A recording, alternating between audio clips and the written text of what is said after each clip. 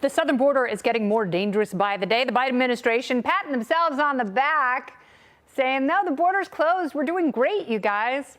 The numbers don't lie. Our so-called border czarina, Vice President Kamala Harris, today announcing $1 billion investment in Central America before punting most of her responsibilities to Congress. Watch. So we have made great and significant progress together thus far, and today we will launch the next steps in our efforts and a next phase in our efforts. At the end of last year, we saw a rising level of migration from other countries. Congress must fix our broken immigration system, and Congress must provide the necessary funds for border security. Lady, you were a senator. Why aren't you actively working with Congress?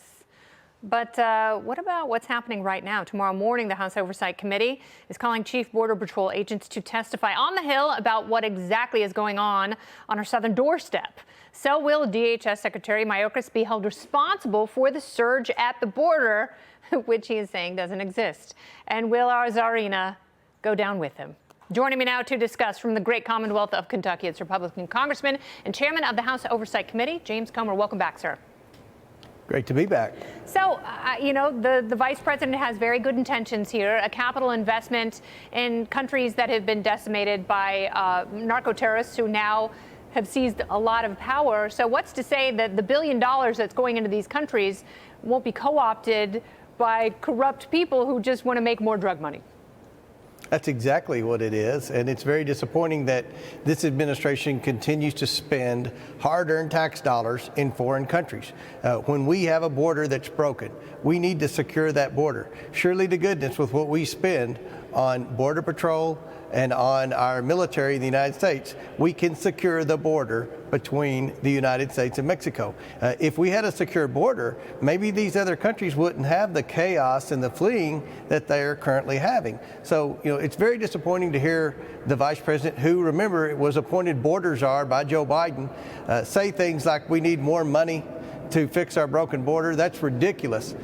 They need to tell us a specific plan on how they're going to secure the border. That's why we're bringing 2 Border Patrol agents before the committee tomorrow. We asked for 4. Mayorkas was unwilling to send them. We had to threaten to subpoena these 2. We finally got them, so hopefully we'll begin the process of figuring out, first of all, how bad it is and what we can do to help. So I thought that was very interesting that the head of Homeland Security was trying to keep these field coordinators from testifying on what they see and what other agents see firsthand. Why do you think that is? Why the opacity?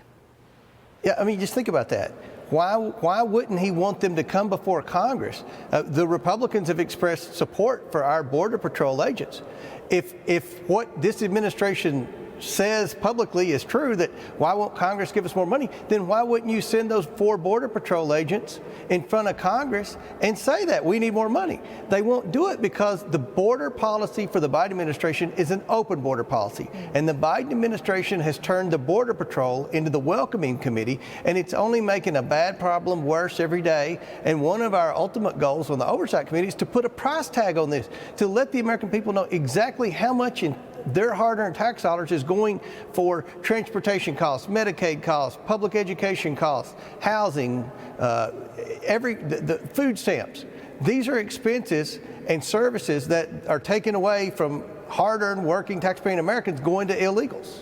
Well, and you also have a lot of hard-working, tax-paying Americans who are about to encounter another recession, and their dollar will go even less far than it was last year. And, there was an article today about half the country's doing their grocery shopping at Dollar Tree and Family Dollar because they can't afford to go to traditional grocery stores.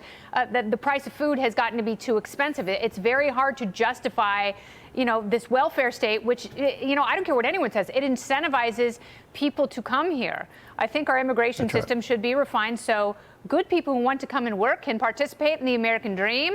They can work legally. They can pay taxes. I don't have a problem with that. But, Democrats also have to discuss border enforcement because what they're doing right now, a lot of your colleagues feel is an impeachable offense for Secretary Mayorkas. Do you agree with them? Yeah, he's not protecting the homeland. That's his job, to protect the homeland.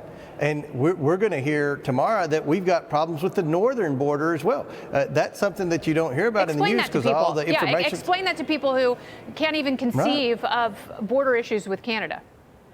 That's right. I mean, we've got a homeland that is vulnerable in every corner. Now we see our airspace is vulnerable because of this administration's lack of ability to make a decision.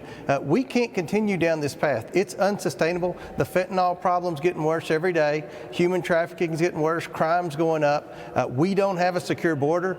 We're having to make tough decisions up here on where to make cuts. And the Biden administration wants to continue to send money to Ukraine and to Central America and everywhere except where we need it in the United States to secure our border and to police our streets. So we're going to start this conversation tomorrow. Hopefully we'll get some answers and we can take steps to try to force this administration to secure that southern border. Well, sometimes split government can be a very positive thing in terms of enforcement and accountability. Congressman, thank you so much. Thank you for having me.